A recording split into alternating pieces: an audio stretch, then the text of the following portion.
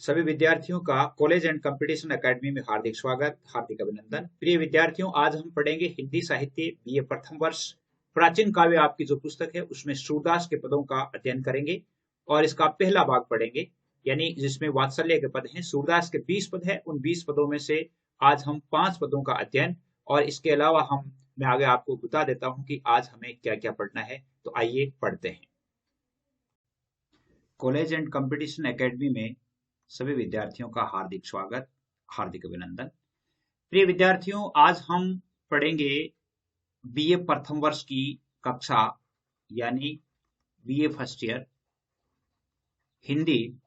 और हिंदी में आपके हैं सूरदास के पद। कौन से हैं? सूरदास के पद हैं। सूरदास के पदों का अध्ययन हम करेंगे। तो इसमें हम क्या क्या पढ़ेंगे? जन्म परिचय पढ़ेंगे, थोड़ी उसकी रचनाओं के बारे में जानेंगे, फिर उनके पदों की व्याख्याओं में जानेंगे। तो इसके सूरदास के आपके सिलेबस में 20 पद दिए हुए हैं। कितने पद दिए हुए हैं? 20 पद दिए हुए हैं। और ये पहला भाग है, यानी इसके भी 3 भाग होंगे। जिस प्रकार कबीर को अपन ने 3 भागों में पढ़ा था, उसी प्रकार सूरदास को भी हम कितने भागों में पढ़ेंगे? 3 भागों में पढ़ेंगे। पहला जो वात्सल्य है, उसके बाद गोपी का विरह है। इन गोपी का विरह में 15 पदों का चयन किया गया है और वात्सल्य में 5 पदों का चयन किया गया है। तो आज हम जन्म परिचय, रचनाओं और पदों की व्याख्या के संबंध में हम वात्सल्य तक पहुंच पाएंगे। तो आप सभी विद्यार्थियों का जो स्नेह और प्रेम जो मिल रहा है, उसके आधार पर मैं ये समझता हूं कि मेरे जो वीडियोज हैं वो आपका मार्गदर्शन करने में बहुत अधिक सहायक सिद्ध हो रहे हैं। तो इसी प्रकार बीए प्रथम वर्ष का पहला भाग है सूरदास का, वो हम पढ़ेंगे। तो सबसे पहले हम जान लेते हैं इसका जन्म परिचय के बारे में कि जन्म परिचय है वो क्या है। इसका जन्म परिचय के बारे में देखिए, सबसे पहले जन्म होता है विक्रम संवत।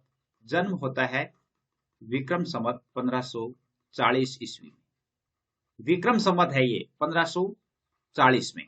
विक्रम संवत 1540 में जन्म होता है और इनका देहावसान होता है 1620 विक्रम संवत में, यानी लगभग 80 साल की उम्र में इनका देहांत हुआ था। जन्म कहाँ हुआ? रुणकता नामक ग्राम में हुआ था। कहाँ हुआ था? रुणकता नामक जो ग्राम है, रुणकता नामक ग्राम में हुआ। और कई जो है वो इनका जन्म है वो और तरह से भी बताते हैं। और इनके बारे में ये सारस्वत ब्राह्मण थे। कौन थे? सारस्वत ब्राह्मण थे। इनके अनुसार ये मान्यता है कि वो जन्मांध थे। सूरदास के बारे में ये मान्यता है कि वो जन्मांध थे, लेकिन उनके दोहे जो है उनको पढ़कर देखने पर लगता नहीं है कि वो जन्मांध थे। कई तरह की किंवदंतियां उनके बारे में प्रचलित है। और उनके गुरु का नाम था वल्लभाचार्य। क्या नाम था? वल्लभाचार्य। वल्लभाचार्य के पुत्र थे विठलनाथ। विठलनाथ विठलनाथ ने एक भक्ति जो संगठन, उसकी स्थापना की थी, जिसका नाम था अष्टछाप। किसका नाम? क्या नाम था? अष्टछाप, जिसमें 8 कवि हुआ करते थे। और 8 कवियों में ये सूरदास भी सिरमौर कवि थे। अब वो 8 कवि कौन थे? उनके नाम आपको मैं बता सकता हूं। उनके नाम थे आपके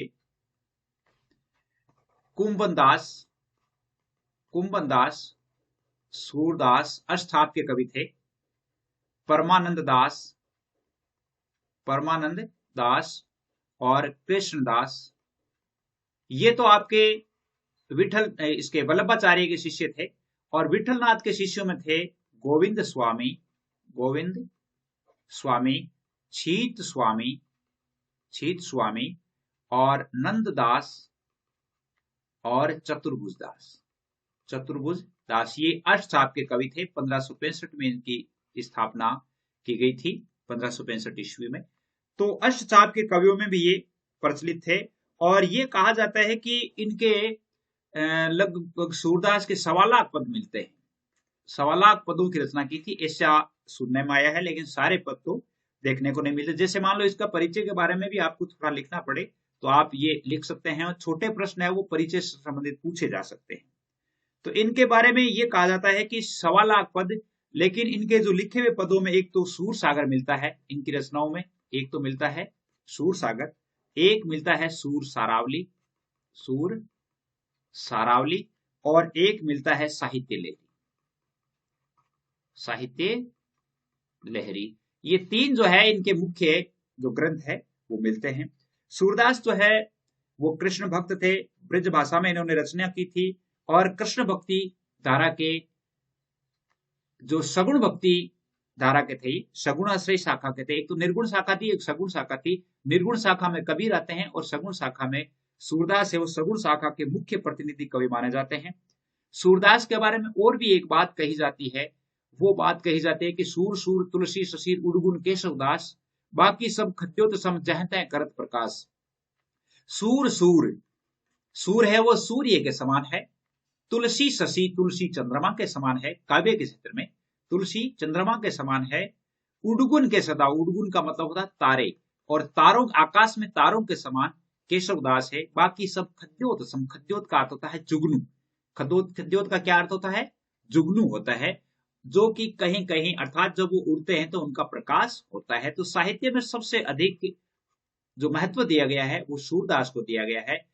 और आचार्य रामचंद्र शुक्ल ने इस उक्ति को बदल करके इस प्रकार लिख दिया था कि सूर शशि तुलसी रवि उड़गुन केशवदास। सूर शशि है, तुलसी रवि है, उन्होंने तुलसीदास को ज्यादा महत्व दिया है। सूर शशि तुलसी रवि उड़गुन केशवदास, बाकी सब खद्योत सम जहते करत प्रकाश। इस प्रकार भी इन्होंने इनके बारे में कहा जाता है। और सूरदास ने देखिए कौन कौन से पदों की रचना की थी। पदों में इन्होंने क्या है कि एक तो श्री कृष्ण की बाल लीला का वर्णन किया है, श्री कृष्ण की बाल लीला का वर्णन किया है, श्री कृष्ण की बाल लीला का वर्णन किया है, उसके रूप माधुर्य का वर्णन किया है, उसकी मुरली महिमा का वर्णन किया है, और संयोग और वियोग श्रृंगार का वर्णन किया है। कौन कौन से का? संयोग और वियोग। अब संयोग श्रृंगार क्या होता है, वियोग श्रृंगार क्या है? यानी प्रेमी प्रेमिका जब साथ में होते हैं तो वो संयोग श्रृंगार होता है।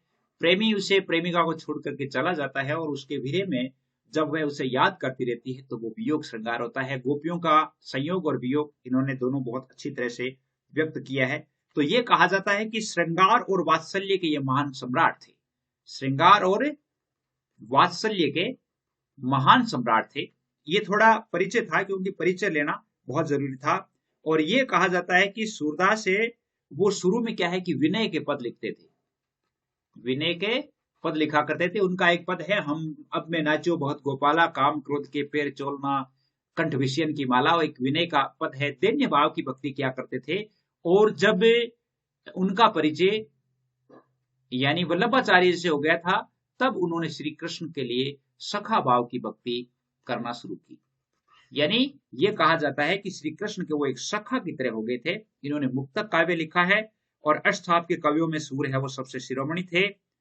इसके अलावा इनके रचना जो थी वो गीति काव्य के अंतर्गत अर्थात गेय पदों की रचना की है। इनके गीत गाए भी जाते हैं। कुल मिलाकर सूरदास जो है हिंदी के भक्ति साहित्य आकाश में एक सूर्य की तरह चमकने वाले थे। इसीलिए सूरदास के बारे में ये कहा गया था कि सूर तुलसी शशि उड़गुन केशवदास, बाकी सब खद्योत सम जहते करत प्रकाश। ये तो था परिचय। परिचय के बाद में आज हम पढ़ेंगे वात्सल्य के कुछ पद, 5 पद पढ़ेंगे। और मैं समझता हूं कि इन पदों की व्याख्या आपको अच्छी तरह से आनी चाहिए। व्याख्या आएगी तो आप इनमें से प्रश्नों के बारे में पूछा भी जा सकता है, व्याख्याओं में से प्रश्न भी पूछे जा सकते हैं। तो आइए इनकी व्याख्या पढ़ते हैं। तो इनका सबसे पहला ही पद अपन देखते हैं कि इनका पहला पद क्या है। पहला पद है इनका सूरदास का। देखिए पहला पद वात्सल्य। जसोदा हरि पालने झुलावे, हलरावे दुलराई मल्हावे, जोई सोई कछुगावे, मेरे लाल को आउ निदरिया काहे न आन सुलावे, तो काहे नहीं बेगही आवे, तू को कान बुलावे, कब हूं पलक हरि बूंद लेत है, कब हूं अदर फरकावे, सोवत जान मोन वे के रही करी करी शेन बतावे, ई अंतर अकुलाय उठे हरि जसमति मधुरे गावे, जो सुख सूर अमर मुनि दुर्लभ सुनंद भामिनी पावे। कितना यानी बालक श्री कृष्ण है वो छोटे से हैं, तो इसमें भी हमें उसी प्रक्रियाओं से गुजरना है। प्रसंग लिखना है, प्रसंग के बाद व्याख्या करनी है, व्याख्या के बाद हमें विशेष लिखना है। इन तीनों से गुजरना है। तो प्रसंग के माध्यम से आप क्या लिखेंगे? प्रसंग आप इन जो वात्सल्य के पद है, वात्सल्य के पदों को आप प्रसंग एक ही तरह का लिखिए। और आप क्या लिखेंगे कि प्रस्तुत पद्यांश या प्रस्तुत पद कृष्ण भक्त कवि एवं सगुण भक्ति धारा के प्रतिनिधि कवि सूरदास द्वारा संकलित सूर सागर से लिया गया है। ये सूर सागर से लिए गए पद हैं, सूर सागर से लिया गया है। प्रस्तुत पदों में सूरदास ने श्री कृष्ण के बाल रूप का बहुत ही मनोहारी और मर्मस्पर्शी वर्णन किया है, अति मनोहारी वर्णन किया है, जिसमें बालक श्री कृष्ण को के बाल रूप के बारे में बताया गया है। व्याख्या आप देखिए, यशोदा हरि पालने झुलावे, मां यशोदा श्री कृष्ण को पालने में झुला रही है। यशोदा हरि पालने झुलावे, मां यशोदा श्री कृष्ण को पालने में झुला रही है। हलरावे दुलरावे मल्हावे जोई सोई कछुगावे, कभी तो उन्हें हलराती है, कभी प्यार दुल्लार देख करके उसे पुचकारती है, और जो उनके मन में आता है वह अपने श्री कृष्ण का मन बहलाने के लिए कुछ न कुछ गा रही है, अर्थात उन्हें लोरी सुना रही है। माँ जो है वो अपने बच्चे को सुलाने के लिए जो लोरी सुनाती है वो भी यशोदा भी सुना रही है। और माँ यशोदा कहती है कि मेरे लाल को आओ निद्रिया काहे आन सुलावे, हे निद्रा मेरे श्री कृष्ण के पास क्यों नहीं आती है, और तुम आकर के इस श्री कृष्ण को क्यों नहीं सुला देती है। नींद आ जाए, है नींद तू जल्दी आकर मेरे प्रिय कन्हैया को क्यों नहीं सुलाती है। तू काहे नहीं बेगी आवे तो को कान बुलावे, हे निद्रा, हे निदिया तुम्हें श्री कृष्ण बुला रहा है, तू जल्दी जल्दी क्यों नहीं आ रही है। कब हूं पलक हरि मूंद लेते है, कब हूं अदर फरकावे, और इसी समय कभी तो श्री कृष्ण है वो अपनी पलक बंद कर लेते हैं जैसे वो नींद में सोया हुआ बालक है, कभी अपने होठों को फड़काना शुरू कर देते हैं। तब माँ यशोदा सोचती है कि मेरे श्री कृष्ण सो गए हैं, सोवत जान मोन वेके रही। और जो ही माँ यशोदा ये समझती है कि मेरे पुत्र सो गए हैं तो वह मौन होकर के बैठ जाती है, और करी करी शेन बतावे, दूसरों को भी शेन से बता रही है कि मेरे श्री कृष्ण सो रहे हैं, इसलिए कोई किसी प्रकार का हो हल्ला नहीं करे, किसी प्रकार का कोई शोर नहीं करे। और यशोदा चुप हो जाती है, लोगों को संकेत करके बताती है।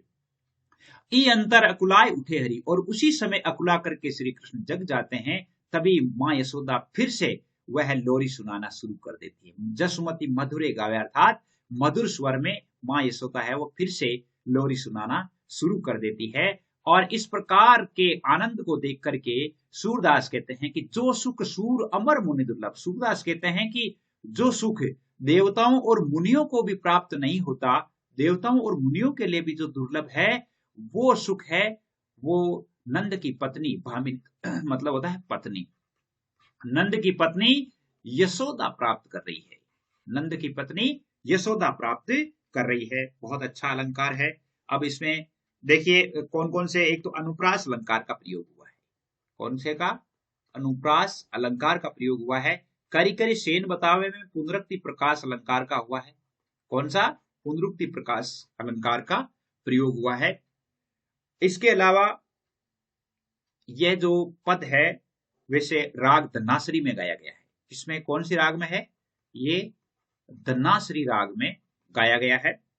इस पद में श्री कृष्ण की बाल लीला का मर्म स्पर्शी वर्णन किया गया है। ये विशेष हो गया। अगला पद देखते हैं, अगले पद में क्या है।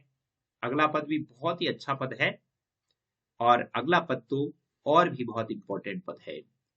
देखिए अगला पद है कि मैया में तो चंद खिलौनों ले हूं, जे हूं लोट धरणी पर अब ही तेरी गोदन ए हूं, सुरभि को पैपान न करी हूं, बेनी शिरने गुहे हूं, मैं हूं पूत नंद बाबा को तेरो सुत न कहे हूं, आगे आऊ बात सुन मेरी बलदेव ही न जने हूं, हंस समझावती कहती जसोमती नई दुल्हनिया देहूं, नई दुल्हनिया देहूं, तेरी सो मेरी सुन मैया अब ही बियाहन जेहूं, सूरदास है कुटिल बरातिर गीत सुमंगल। कितना सुंदर पद है। बालक श्री कृष्ण का आपको प्रसंग तो उसी प्रकार लिखना है कि बालक श्री कृष्ण के या श्री कृष्ण के बाल रूप का मनोहारी वर्णन किया गया है। इसमें सूरदास वर्णन करते हैं कि बालक श्री कृष्ण है वो चंद्रमा को आकाश में देख करके और चंद्रमा रूपी खिलौने को लेना चाहते हैं। माँ यशोदा से कहते हैं कि हे माँ, मैं तो वो चंद्रमा रूपी खिलौना लूंगा, चांद रूपी खिलौना लूंगा। यदि तुम मुझे चंद्रमा रूपी खिलौना नहीं दोगी तो जे हो लोट धरणी पर, यदि तुम नहीं दोगी तो मैं धरती पर लौटना शुरू कर दूंगा और तुम्हारी गोद में भी नहीं बैठूंगा, तेरी गोद ना हो अर्थात तुम्हारी गोद में भी नहीं बैठूंगा। सुर भी को पे पान न करहूं सिरने बेनी श्रृणगो, और मैं गाय का दूध भी नहीं पीऊंगा और न ही मेरे सिर की चोटी गुंथवाऊंगा। बेनी का मतलब था चोटी, और ना ही मैं मेरे सिर में चोटी गुंथवाऊंगा। नूह पूत नंद बाबा को तेरी सुत ने कहूं, और मुझे चंद्रमा रूपी खिलौना नहीं दोगी तो मैं तुम्हारा पुत्र ही नहीं हूं, मैं तो नंद बाबा का पुत्र हूं और तेरा सुत नहीं हूं। आगे आओ बात सुन मेरी बलदेव बहन जनों। जब ये बात छोटे से श्री कृष्ण के मुंह से जब माँ यशोदा सुनती है तो माँ यशोदा आगे आकर के और बालक श्री कृष्ण से कहती है कि हे बाल सुनो, जो मैं बात कह रही हूं ध्यान पूर्वक सुनो, और यह है बात बलदेव को मत कहना। उनके बड़े भाई थे बलराम, कि जो मैं बात तुम्हें कह रही हूं ये बात बलराम को बिल्कुल भी मत कहना। हंस समझावती कहते जसोमती, और माँ यशोदा मधुरी मधुरी हंस करके और अपने पुत्र श्री कृष्ण को समझाती हुई कहती है कि नई दुल्हनिया दूं, कि मैं तुम्हारे लिए एक नई दुल्हन लाने वाली हूं, मैं तुम्हारे लिए एक नई दुल्हन ला करके दूंगी। जब नई दुल्हन की बात श्री कृष्ण ने सुनी, तेरी सो मतलब सौगंध, सुनो मेरी मैया, तेरी सो मेरी सुन मैया, अर्थात श्री कृष्ण कहते हैं कि तेरी सौगंध माँ मेरी बात सुनो, अब ही बियाहन जो हूं, अर्थात मैं तो अब ही विवाह करने के लिए जाऊंगा, अर्थात जो दुल्हनिया तुम बता रही हो मैं तो मेरा विवाह अभी करूंगा। सूरदास कहते हैं कि माँ और पुत्र के बीच में इस प्रकार के वार्तालाप को सुनकर के सूरदास कहते हैं कि मैं भी एक कुटिल बाराती होकर के और श्री कृष्ण के विवाह में सुमंगल गीत गाने के लिए उपस्थित होऊंगा। ऐसा सौभाग्य मुझे भी प्राप्त हो तो मैं अपने आप को धन्य मानूंगा। कितनी अच्छी बात है। अब विशेष क्या है इसमें? विशेष बात है इसमें, एक तो अनुप्रास और रूपक अलंकार है। अनुप्रास और रूपक अलंकार। रूपक अलंकार कहाँ है? चंद खिलौना, चंद्रमा रूपी खिलौना, यहाँ पर रूपक अलंकार है। तेरी गोद न हो गु हो, ये सारे के सारे इसमें अनुप्रास अलंकार है। और भी जैसे बहुत अच्छा है ये पद। अगला पद देखिए, अगले पद में क्या है? तीसरा जो पद है उसमें देखिए, अगला पद कहता है, अगले पद में देखिए, अगला पद कह रहा है कि ये तीसरा पद है। तीसरे पद में देखिए सूरदास जी क्या कहते हैं, वो भी उसी का वर्णन है। खेलन अब मेरी जाय बलैया, जब ही मोहि देखत लरकन संग, तब ही खिजत बल भैया। मोसों कहत तात वसुदेव को देव की तेरी मैया, मूल लियो कछु दे कर तिनको करि करि जतन बढ़िया। अब बाबा कई कहत नंद सो जसमती सो कह मैया, ऐसे कही सब मोहि खिजावत तब उठ चलियो खिसैया। पूछे नंद सुनत वे ठाड़े, हंसत हंसत उर लैया, और सूर नंद बलराम ही धीर्यो, तब मन हर्ष कन्हैया। कितनी सुंदर बात कही है। खेलन अब मेरी जाय बलैया, मां अब मैं खेलने के लिए नहीं जाऊंगा।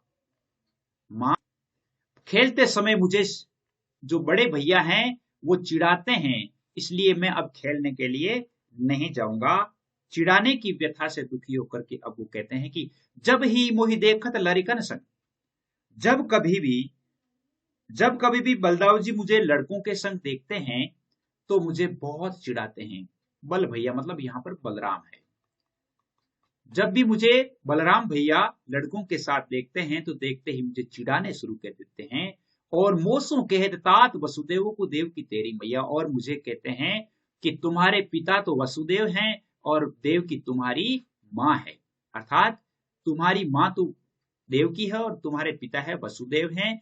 और वासुदेव और देवकी से नंद बाबा ने अर्थात मेरे पिताजी ने तुम्हें कुछ मोल देकर के खरीदा है। करी करी जितन बढ़ैया, यानी कुछ यत्न करके और मुझे आपको खरीदा है। अब बाबा कहीं कहत नंद सो जसमती कह सो मैया, और इसी कारण से तुम नंद बाबा को बाबा कहते हो और यशोमती को माँ कहते हो, क्योंकि तुम्हें उन्होंने खरीदा है, जबकि सच तो यह है कि तू उनका खरीदा हुआ पुत्र है। ऐसे कई सब मोई खिजावत तब उठ चलियो किसैया, यह कह करके मुझे बहुत अधिक चिढ़ाते हैं और जब मैं ये बात सुनता हूं तो मैं खींच करके और वहां से खिसिया करके चल देता हूं। खिसिया करके मतलब अपना अपमान समझ करके और मैं वहां से उठ जाता हूं। पाछे नंद सुनत है ठाड़े। और यह बात जब श्री कृष्ण अपनी मां यशोदा से ये बात कह रहे थे, तभी नंद बाबा ने इसकी बात को सुना और सुनते ही वो इतने गदगद हो गए कि श्री कृष्ण को अपने छाती में अर्थात अपनी गोद में लेकर के छाती से लगा लिया, अर्थात अपने हृदय से लगा लिया, उठाकर अपने हृदय से लगा लेते हैं। सूर नंद बलराम ही धीरो तब मन हर्ष कन्हैया। और जब इतना प्यार देख करके, नंद बाबा के मन में इतना प्यार देख करके और सूर बलराम को धमकाते हुए देख, धीरो का मतलब धमकाते हुए, सूरदास कहते हैं कि श्री कृष्ण जब नंद बाबा के द्वारा बलराम को धमकाते हुए अपने प्रति इतना प्यार देखा, तब श्री कृष्ण है वो बहुत अधिक मन मन में हर्षित हो जाते हैं और मन ही मन हंसने लग जाते हैं। अब इसमें कौन कौन से अलंकार है? एक तो अनुप्रास अलंकार है, ये लिखना ही है। अनुप्रास अलंकार के अलावा आपके पुनरुक्ति प्रकाश अलंकार है। पुनरुक्ति प्रकाश अलंकार है, कहाँ है? हंसत हंसत उर्लैया, यहाँ पर देखिए। करी करी जतन बढ़ैया, यहाँ पर भी अनुप्रास ये पुनरुक्ति प्रकाश अलंकार है। इसके अलावा इसमें काव्यलिंग अलंकार भी है। काव्यलिंग अलंकार भी है। अलंकारों के लिए आपके अलंकार भी आएंगे, तो अलंकारों के लिए आपके वीडियो अलग से बनाया हुआ है, वहां से आप देख सकते हैं। अलंकार है, काव्य गुण है, काव्य दोष है, तो उस पर आप विजिट करके और देख सकते हैं। इसके अलावा आप इसमें ये लिखेंगे कि बालक श्री कृष्ण के बाल रूप का बहुत ही सुंदर वर्णन किया गया है। अगला देखिए चौथा पद, और चौथे पद में क्या लिखा है देखिए। चौथा पद और भी इंपॉर्टेंट है। चौथा पद कहती मैया मैया बहुत बुरो बलदाऊ, कहे न लग्यो मन बड़ो तमाशो सब मोड़ा मिल आऊ, मोहू को चुचुकारी गयो ले जहां सगन बन जाऊ, भाग चलो कही गयो उहां ते काट खाए रे हाऊ, हूं डरपू कांपू अर रोवू को नहीं धीर धराऊ, थरस गयो नहीं भाग सको, थरस गयो नहीं भाग सकूं, वे भागे जात अगऊ, मोसो कहत मोल को लीनो आप कहावत साऊ, सूरदास बल बड़ो चबाई तेसे ही मिले सखाऊ। यहाँ पर देखिए सूरदास जी कहते हैं कि बालक कृष्ण मां यशोदा से कहते हैं कि हे मां, बड़े भैया जो बलदाऊ हैं बहुत ही बुरा है, अर्थात बहुत बुरे हैं। कहे न लग्यो मन बड़ो तमाशो सब मोड़ा मिल जाओ। एक दिन वो मुझसे कहने लगे, कौन? बलराम। एक दिन बड़े भैया मुझसे कहने लगे कि वन में बहुत बड़ा तमाशा होने वाला है, अर्थात वन में बहुत बड़ा एक दृश्य है, सब मोड़ा। और यहाँ पर मोड़ा का मतलब होता है लड़का। मोड़ा का अर्थ क्या होता है? लड़का। सब मोड़ा मिलिया और सभी लड़के मिलकर के और उनके साथ हो गए हैं, और कहा कि सब लड़के मिलकर के आओ, वन में बहुत बड़ा तमाशा है। और मोहू को चुचकार गए, और मुझे भी कुचकार करके, प्रेम दिला करके, जता करके और मुझे भी ले गया जहां पर सघन वन झाड़ी हैं, अर्थात झाड़ियों का सघन वन झाड़ियां जहां पे है, अर्थात गहन झाड़ियां हैं, वहां पे मुझे ले गया। यहाँ पर झाऊ का अर्थ वैसे झाड़ी भी है, वहां पर मुझे ले गया। और भाग चलो कह गयो उहां ते काट खाए रहूं, और सघन वन में जाकर के तुरंत भाग करके वहां से आ गया और कहा कि अरे यहाँ तो हाउ है, अर्थात यहाँ तो बहुत बड़ा डर है और वो हाउ सबको खा जाएगा। स्वयं भागने लगता है। हूं डरपू कांपू और रो, मैं डरने लगा, कांपने लगा और रोने लगा। को नहीं धीर धराओ, किसी ने भी मुझे ढांढस नहीं बताया, किसी ने भी मुझे चुप करने का धैर्य नहीं बताया। और थरस गयो नहीं भाग सकूं, वे भागे जात अगऊ, और मैं डरते हुए भाग भी नहीं सका और वे सब मुझसे आगे भाग गए। सारे लड़के और बलराम भैया जो है वो मुझे छोड़ करके बहुत आगे भाग गए थे, और फिर संकेत करके मुझे ये भी कहने लगे कि आप तो नंद बाबा और यशोदा के मोल लिए हुए पुत्र हो, और आप कहावत साऊ, साऊ का मतलब उत्तराधिकारी, उत्तराधिकारी, और आप अब उनके उत्तराधिकारी कहलाने लगे, अर्थात तुम्हें तो नंद बाबा ने और यशोदा ने मोल लिया है और तुम उन्हें उनके खरीदे हुए हो नंद बाबा के, और तुम अपने आप, वो अपने आप को, आप कहावत साहू अपने आप को उनका उत्तराधिकारी बताता है। वो कहता है कि मैं तो उनका उत्तराधिकारी हूं, उनके घर में जन्म लिया है, तुम्हें तो खरीदा है। सूरदास बल बड़ो चपाई तैसे ही मिले सखाओ। और सूरदास वर्णन करते हुए कहते हैं कि हे माँ, सारे के सारे बड़े चतुर हैं, सारे के सारे जो है बड़े शैतान और चुगलखोर हैं, और उनके साथ मिलने वाले उनके जो सखा है वो भी वैसे ही हैं जैसे बड़े भैया बलराम है। कितना अच्छा पाठ है। और इसमें अनुप्रास और स्वभावोक्ति अलंकार का प्रयोग हुआ है। अनुप्रास का तो प्रयोग है ही है, इसके अलावा स्वभावोक्ति अलंकार का प्रयोग हुआ है। और बालक श्री कृष्ण के या सूरदास की श्री कृष्ण के प्रति अनन्य भक्ति इस पद में मिलती है, यानी अनन्य भक्ति इस पद में देखने को मिलती है। अगला पद देखते हैं, और वो आज का जो लास्ट पद होगा। आज का लास्ट पद जब हम देखते हैं तो आज के लास्ट पद में देखिए, अब यहां पर मां यशोदा का प्यार दिखाया गया है। खेलन दूरी जात कत प्यारे, जब ते जन्म भयो है तेरो तब ही ते भांति ललारे, को आवत जुगती मिस्करी के कोले जात बतास कलारे, अब लगी बचे कृपा देवन की, बहुत गए मरी शत्रु तुम्हारे, हा हा करती पाई तेरे लगती, अब जनी दूर जाहू मेरे बारे। और सुनहु सूर जसमति सुत बोधति, विधि के चरित्र सबे हैं न्यारे। अब यहां पर मां यशोदा अपने श्री कृष्ण, छोटे बालक श्री कृष्ण को समझाती है और कहती है कि हे प्रिय श्री कृष्ण, हे बालक श्री कृष्ण, या हे मेरे प्रिय लाल, तुम दूर खेलने के लिए क्यों जाते हो? और जब से तुम्हारा जन्म हुआ है तब से किसी न किसी भांति कोई न कोई बला है, कोई न कोई बला तुम्हारे सर आ ही जाती है, यानी अनोखा ही अनुभव कर रही हूं। जब से तुम्हारा जन्म हुआ है तब से कोई न कोई आश्चर्यजनक घटना घटती जा रही है। कोई आवत युवती मिस करके, कोई युवती बन करके आती है। यानी ऐसा कहा जाता है कि श्री कृष्ण का जब जन्म हुआ था तो श्री कृष्ण के जन्म के समय ही ये जो कंस था, कंस ने श्री कृष्ण को मारने के लिए विभिन्न राक्षसों को वहां पर भेजा था। तो यहाँ पर एक पूतना राक्षसी आई थी। जो पूतना राक्षसी है वो श्री कृष्ण को दूध के बहाने, यानी अपने स्तनों पर जहर लगा करके और श्री कृष्ण को पिलाना चाहती थी। तो श्री कृष्ण है वो दूध के साथ ही उनके प्राण पी गए। और ऐसा कहा जाता है कि बकासुर नाम का जो एक राक्षस था, जो बगुला बनकर के आया था और उन्होंने श्री कृष्ण को अपने मुंह में ग्रस लिया था, तो उसका भी उन्होंने अंत कर दिया था। इसी प्रकार अजगर बनकर के अधासुर आया था और उन्होंने इतना मुंह फैला लिया था कि श्री कृष्ण है वो अपने गोप ग्वालों के साथ उसमें चले गए थे और उसका भी उन्होंने प्राणांत कर दिया था। तो यानी श्री कृष्ण के साथ ऐसी बातों को सुनकर के, और यशोमती कहती है कि कोई तो युवती बनकर के आती है और कोई है वो किसी न किसी भांति तुम्हारे पास आता ही रहता है।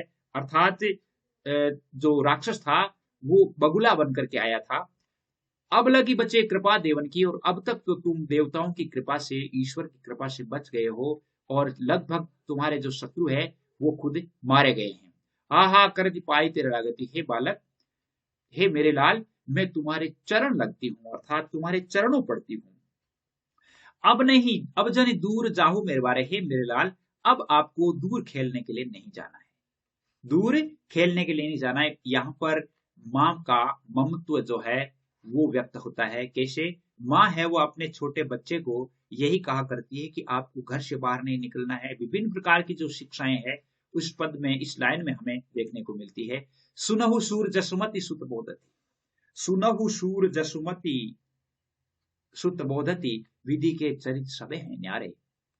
सूरदास कहते हैं कि अपने पुत्र श्री कृष्ण,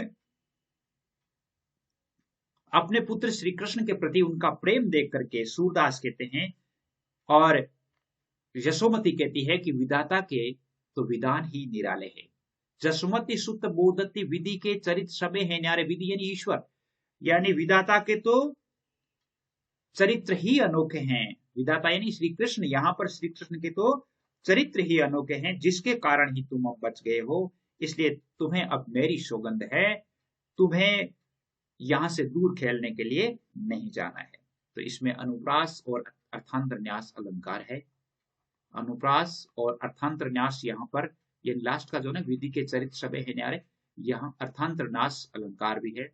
अर्थांतरन्यास, अर्थांतरन्यास, अर्थांतरन्यास अलंकार है। बालक श्री कृष्ण की बाल लीला का वर्णन किया गया है और इस पद में माँ यशोदा का की एक गहरी ममता इसमें अभिव्यक्त हुई है।